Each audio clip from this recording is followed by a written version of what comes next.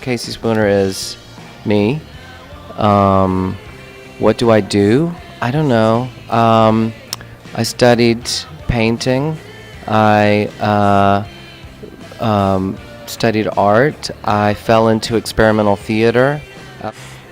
So there's this new album that is why I'm doing this, that was an accident, basically. And on the last day of recording the Fisher Spooner record, which was produced by Jeff Saltzman, Jeff asked me to record a song for him for his album. I started working with Jeff, and it was I wrote some material very quickly for him.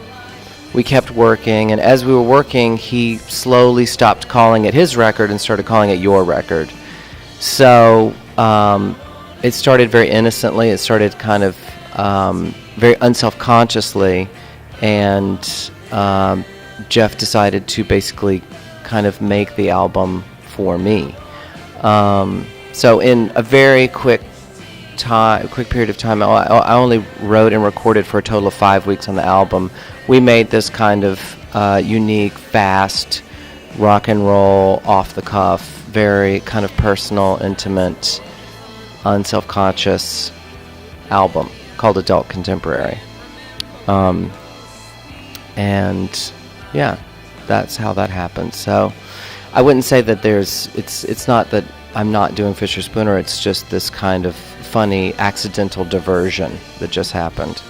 You know, this release is very independent, and I've released music by hand. I've released it, you know, self-distributed, small labels, independent labels, medium-sized labels, major labels, every kind of hipster to massive label you could imagine. And you know, we're living in a post-label world, and so I really wanted to embrace that on this release and just do everything super, super independently. So initially, I just started posting music online. I gave away the first song last year called Faye Dunaway.